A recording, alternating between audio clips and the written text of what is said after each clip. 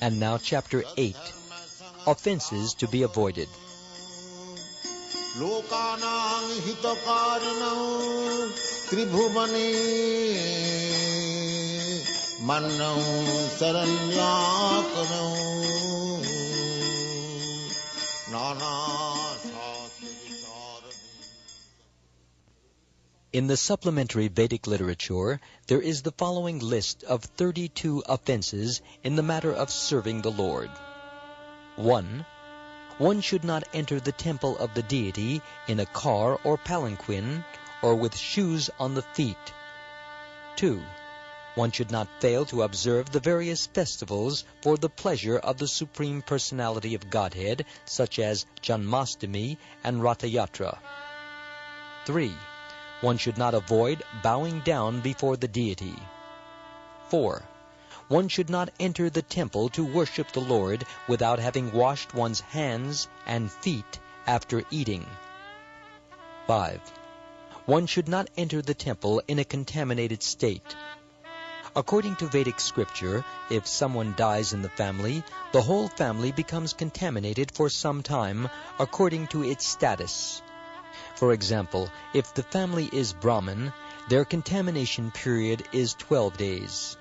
For the Kshatriyas and Vaishyas, it is 15 days, and for Shudras, 30 days.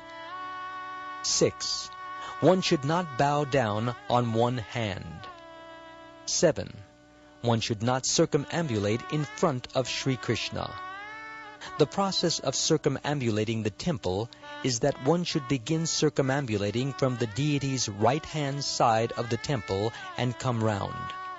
Such circumambulation should be performed outside the temple structure at least 3 times daily. 8. One should not spread his legs before the deity. 9. One should not sit before the deity holding the ankles, elbows, or knees with one's hands. 10. One should not lie down before the deity of Krishna. 11. One should not accept prasad before the deity. 12. One should never speak a lie before the deity. 13. One should not talk very loudly before the deity. 14. One should not talk with others before the deity. 15. One should not cry or howl before the deity. 16. One should not quarrel or fight before the deity. 17. One should not chastise anyone before the deity. 18. One should not be charitable to beggars before the deity. 19. One should not speak very harshly to others before the deity. 20. One should not wear a fur blanket before the deity. 21. One should not eulogize or praise anyone else before the deity. 22. One should not speak any ill names before the deity. 23. One should not pass air before the deity. 24. One should not fail to worship the deity according to one's means. In Bhagavad-gita it is stated that the Lord is satisfied if some devotee offers him even a leaf or a little water. This formula prescribed by the Lord is universally applicable, even for the poorest man. But that does not mean that one who has sufficient means to worship the Lord very nicely should also adopt this method and try to satisfy the Lord simply by offering water and a leaf. If he has sufficient means, he should offer nice decorations, nice flowers, and nice foodstuffs, and observe all ceremonies. It is not that one should try to satisfy the Supreme Lord with a little water and a leaf, and for himself spend all his money in sense gratification. 25. One should not eat anything which is not offered first to Krishna. 26. One should not fail to offer fresh fruit and grains to Krishna according to the season. 27. After food has been cooked, no one should be offered any foodstuff unless it is first offered to the deity. 28. One should not sit with his back toward the deity. 29.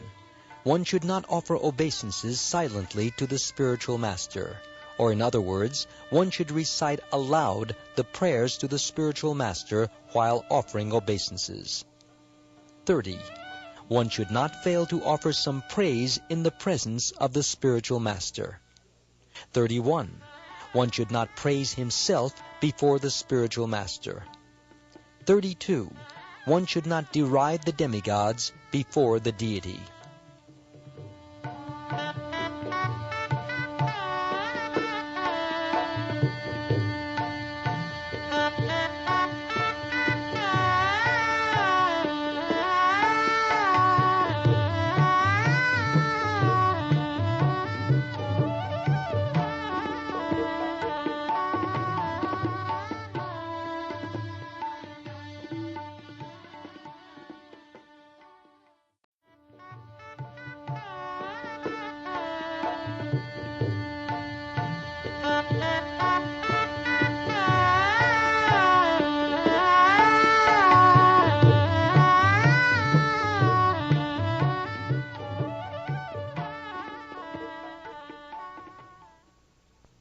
This is a list of 32 offenses.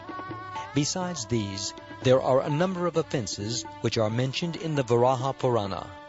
They are as follows. 1. One should not touch the deity in a dark room. 2. One should not fail to strictly follow the rules and regulations in worshipping the deity. 3. One should not enter the temple of the deity without first making some sound. 4. One should not offer any foodstuff to the deity which has been seen by dogs or other lower animals. 5. One should not break silence while worshipping. 6. One should not pass urine or evacuate while engaged in worshipping. 7. One should not offer incense without offering some flower. 8. Useless flowers without any fragrance should not be offered. 9. One should not fail to wash his teeth very carefully every day. 10. One should not enter the temple directly after sexual intercourse. 11. One should not touch a woman during her menstrual period. 12.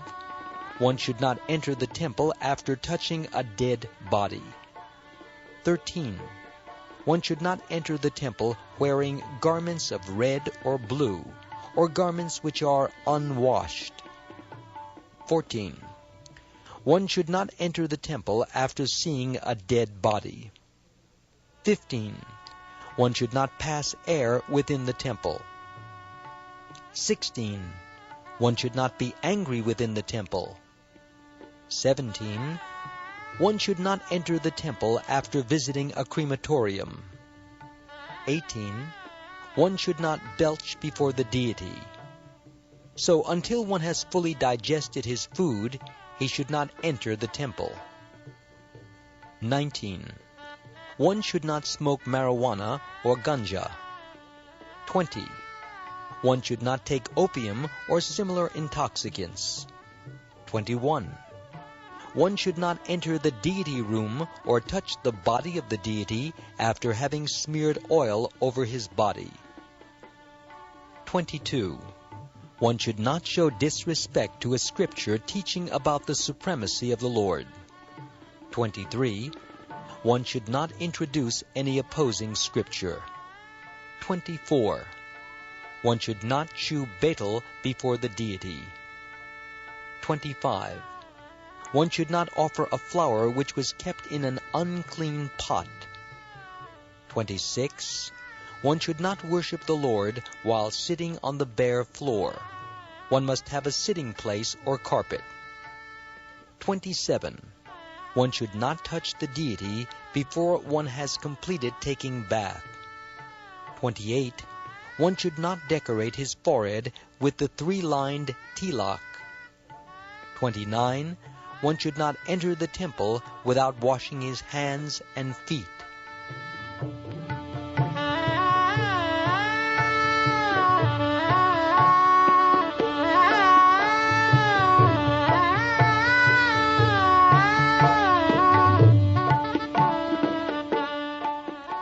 Other rules are that one should not offer foodstuff which is cooked by a non-Vaishnava. One should not worship the deity before a non-devotee, and one should not engage himself in the worship of the Lord while seeing a non-devotee. One should begin the worship of the demigod Ganapati, who drives away all impediments in the execution of devotional service. In the Brahma Samhita it is stated that Ganapati worships the lotus feet of Lord Nrsingadev, and in that way has become auspicious for the devotees in clearing out all impediments. Therefore, all devotees should worship Ganapati. The deities should not be bathed in water which has been touched by the nails or fingers. When a devotee is perspiring, he should not engage himself in worshipping the deity. Similarly, there are many other prohibitions. For example, one should not cross or step over the flowers offered to the deities, nor should one take a bow in the name of God. These are all different kinds of offenses in the matter of executing devotional service, and one should be careful to avoid them. In the Padma Purana it is stated that even a person whose life is completely sinful will be completely protected by the Lord if he simply surrenders unto him. So it is accepted that one who surrenders unto the Supreme Personality of Godhead becomes free from all sinful reactions. And even when a person becomes an offender unto the Supreme Personality of Godhead, he can still be delivered simply by taking shelter of the holy names of the Lord. Hare Krishna, Krishna Krishna, Hare Hare, Hare Rama, Rama Rama, Hare Hare. In other words, the chanting of Hare Krishna is beneficial for eradicating all sins. But if one becomes an offender to the holy names of the Lord, then he has no chance of being delivered.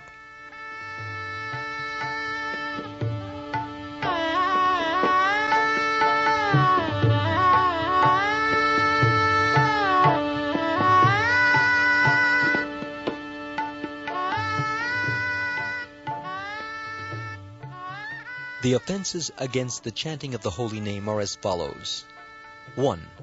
To blaspheme the devotees who have dedicated their lives for propagating the holy name of the Lord. 2.